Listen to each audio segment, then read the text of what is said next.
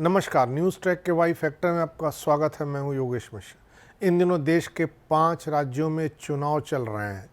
इनमें मध्य प्रदेश, राजस्थान, छत्तीसगढ़, तेलंगाना और मिजोरम है। म्यांमार और बांग्लादेश की सीमा पर स्थित मिजोरम का चुनाव तमाम मामलों में देश के अन्य इलाके के चुनाव से एकदम अलग होता है। यहाँ निर्वाचन आयोग की भूमिका साफ साफ दिखती है कि कुछ भी नहीं है, क्योंकि यहाँ के चुनाव को संचालित करने की जिम्मेदारी मिजोरम के नागरिकों ने यानी मिजो पीपुल्स फोरम ने ले रखी है। यह फोरम ही तय करता है कि किस पॉलिटिकल पार्टी की कहाँ पर रैली होगी, किसके कितने बड़े पोस्टर लगेंगे, किस नेता का मूवमेंट क्या होगा, और इसी के साथ साथ जितनी इथिकल प्रैक्टिस हो सकती है इलेक्शन में, वो यह फोरम तय करता है। यही फोरम निर्देशित करता है तभी कोई पॉलिटिकल पार्टी या उस इलाके का बड़ा से बड़ा नेता भी मिजोरम में कुछ कर सकता है। म्यांमार और बांग्लादेश की सीमा पर स्थित इस राज्य के चुनाव तैयारियों, चुनाव गणित और युवाओं की भूमिका को समझना बड़ा दिलचस्प है। हालांकि यह इलाका चर्च बहुल है, चर्च की भी बहुत भूमिका होती है, लेकिन धर्म की राजनीति के बाद इथिकल पॉलिटिक्स के लिए यह राज्य दुनिया भर में माना जाता है। चुनाव आयोग के लिए तो एक नसीहत हो सकता है। चुनावी आचार संहिता के जमीनी स्तर पर बेहद कड़ाई से लागू होने के कारण यहाँ चुनावी तस्वीर देश के दूसरे राज्यों के मुकाबले एकदम अलग होती है। मिजोरम में मिजो नेशनल फ्रंट यानी MNF बीते 10 साल से सत्ता में है, लेकिन इस बार राज्य के राजनीतिक समीकरण बदले हुए नजर आ रहे हैं। इस बार जोरम पीपुल्स मूवमेंट ZPM सत्तारूढ़ MNF को कड़ी टक्कर दे रहा है। 1993 के बाद से मिजोरम में केवल 2 मुख्यमंत्रियों, कांग्रेस के ललथनहावला और MNF के जोरमथांगा ने राज्य का नेतृत्व किया है।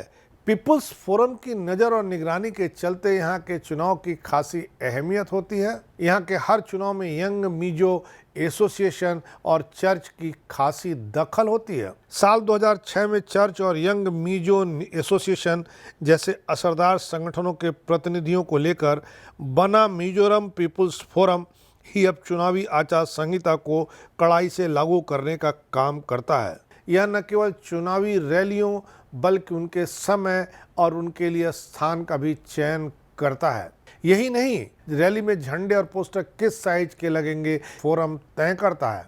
लगभग 15 साल तक केंद्र शासित प्रदेश रहने के बाद फरवरी 1987 में मिजोरम को भारत के पूर्ण राज्य का दर्जा मिला। वर्ष 2018 में MNF ने 26, ZPM ने 8 और UPA ने 5 सीटें जीती। तब भाजपा को महज 1 सीट मिली। जोरम पीपुल्स मूवमेंट इस बार सत्तारूढ़ MNF के लिए मजबूत चुनौती बनकर उभर रहा है। यह संगठन 2017 में बना था। 2018 के चुनाव में इस संगठन ने 8 सीटें जीत करके अपना खाता खोल लिया। 2018 के चुनाव में ZPM, जो 2018 में एक अपंजीकृत पार्टी थी, उसने 8 सीटें हासिल की।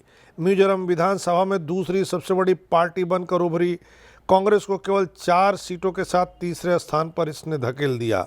ZPM उम्मीदवार निर्दल के तौर पर लड़े, इन्होंने भी 6 सीटें हथिया ली। लाल डुहोमा पार्टी के चुनाव चिन्ह पर जीतने वाले पहले विधायक बने। जोरम पीपुल्स मूवमेंट ने सभी 40 सीटों पर अपने उम्मीदवार उतारे हैं। इसने हमार पीपुल्स कन्वेंस HPC के साथ गठबंधन बनाया है। दोनों पक्षों द्वारा हस्ताक्षरित एक समझौते के मुताबिक HPC ने अपने दम पर कोई उम्मीदवार खड़ा किए बिना ZPM को अपना पूर्ण समर्थन देने की सहमति दी है। हालांकि MNF प्रमुख और मुख्यमंत्री जोरमथांगा दावा करते हैं कि विकास की दिशा में किए गए कामकाज के कारण इस बार उनकी पार्टी को कम से कम 25 सीटें हासिल होंगी। MNF प्रमुख और जोरमथांगा इस बात का दावा करते हैं कि उनके विकास के नाते इस बार पार्टी को हैट्रिक लगाने का मौका मिलेगा और उनकी सरकार तीसरी बार बनेगी। मुख्यमंत्री जोरमथंगा के नेतृत्व वाला मिजो नेशनल फ्रंट एनडीए का सहयोगी है। हालांकि भाजपा और एमएनएफ दोनों ही चुनाव मैदान में है। मिजोरम की 87% आबादी ईसाई है। पड़ोसी राज्य मणिपुर में हुई हिंसा और वहां से कुकी समुदाय के लोगों के भारी तादाद में पलायन ने राज्य में भाजपा के प्रति नाराजगी बढ़ा दी है। ऐसे में जोरमथंगा के लिए दिक्कत हो सकती है क्योंकि वह ईसाई वोटरों पर ज्यादा निर्भर हैं। जोरमथंगा मणिपुर के आंदोलन के समय से ही कुकी शरणार्थियों के पक्ष में खड़े रहे हैं। उनकी सरकार कुकी समुदाय के अलावा सीमा पार म्यांमार से आने वाले चिन समुदाय के शरणार्थियों के लिए रहने और खाने की व्यवस्था कर रही है। खुद को भाजपा से अलग दिखाने के लिए राज्य सरकार ने शरणार्थियों को बायोमेट्रिक्स आंकड़ा जुटाने के केंद्रीय गृह मंत्रालय का निर्देश भी मानने से इनकार कर दिया है। कांग्रेस नेता राहुल गांधी मिजोरम का दौरा कर चुके हैं। उन्होंने कहा कि कांग्रेस पार्टी आपके यहाँ सत्ता हासिल करने के प्रति बेहद गंभीर है। कांग्रेस ने भाजपा से मुकाबले के लिए इस बार 2 क्षेत्रीय दलों के साथ मिलकर मिजोरम सेकुलर अलायंस का गठन किया है। दूसरी तरफ भाजपा ने अपने चुनावी घोषणा पत्र में राज्य के युवा उद्यमियों को 5-5 लाख रुपए की सहायता देने का ऐलान किया है। पार्टी के प्रदेश अध्यक्ष वामलाल मुआका कहते हैं कि पार्टी का मकसद राज्य में विकास की गति को तेज कर इसे राष्ट्र की मुख्य धारा में शामिल करना है। इस बार मिजोरम के चुनाव में मणिपुर हिंसा के साथ साथ बांग्लादेश और म्यांमार की स्थितियां और इन दोनों देशों से आने वाले शरणार्थी बहुत महत्वपूर्ण भूमिका निभाने वाले हैं। असम के साथ सीमा विवाद भी कम महत्वपूर्ण मुद्दा इस चुनाव में नहीं है। इस बार यहां सत्ता के तीनों दावेदारों यानी एमएनएफ, जेडपीएम और कांग्रेस की साख दांव पर है। भाजपा भी अपनी मौजूदगी बढ़ाने के लिए जोर लगा रही है। वैसे अगर जमीनी हकीकत परखी जाए तो पता चलता है कि शरणार्थियों का मुद्दा यहाँ निर्णायक होगा। यहाँ के कुछ नेताओं के बारे में भी जानना जरूरी हो जाता है। 71 साल के लाल डुहोमा जो इस बार मुख्यमंत्री का चेहरा है, जिनके नेतृत्व में जेडपीएम अपनी बढ़त को मजबूत करना चाह रही है। 2018 के मिजोरम विधानसभा चुनाव में लाल डुहोमा 2 सीटों आइजोल पश्चिमी और सिरछिप से स्वतंत्र उम्मीदवार के रूप में चुनाव लड़े थे। उन्होंने दोनों सीटों पर विजय हासिल की थी।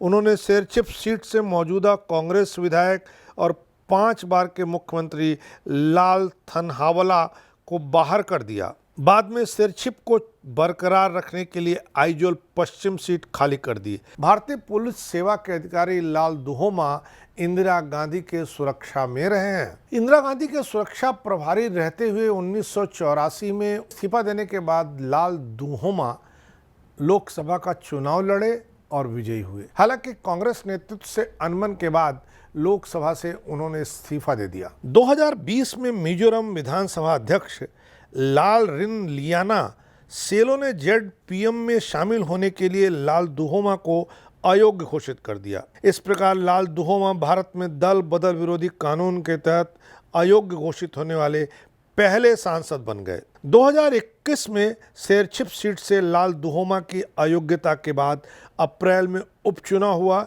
जिसमें 83% मतदान हुआ। सत्तारूढ़ एमएनएफ को सिरछिप विधानसभा सीट पर हुए उपचुनाव में अपमानजनक हार का सामना करना पड़ा।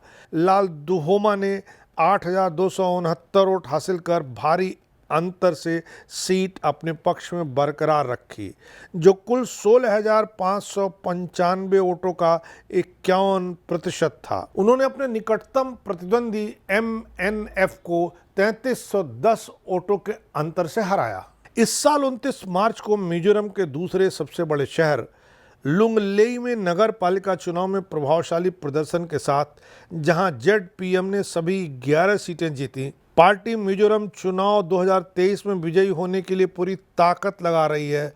चुनाव में पार्टी ने 49% से अधिक वोट शेयर दर्ज किया है, जबकि एमएनएफ और कांग्रेस, जिन्होंने सभी वार्डों में भी चुनाव लड़ा, उन्होंने 29% से अधिक और 20% से कम वोट शेयर हासिल किए। नगरपालिका चुनाव के इन नतीजों ने मिजोरम में सत्ता विरोधी रुझान की लहर ही बहा दी है।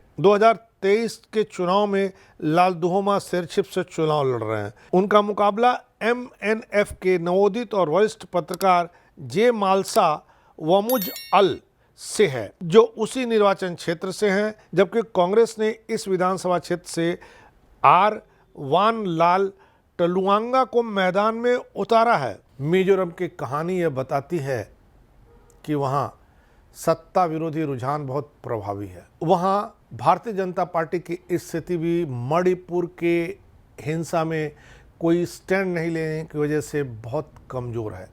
लिहाजा भारतीय जनता पार्टी की मदद से जो सरकार चल रही थी, उस सरकार के बदले जाने की उम्मीद की जानी चाहिए। हालांकि नतीजे तो जनता तय करती है, मतदान तय करते हैं। इस बार इतना ही। अगली बार फिर मिलेंगे किसी नए सवाल पर नए ढंग से बात करने के लिए। तब तक के लिए नमस्कार।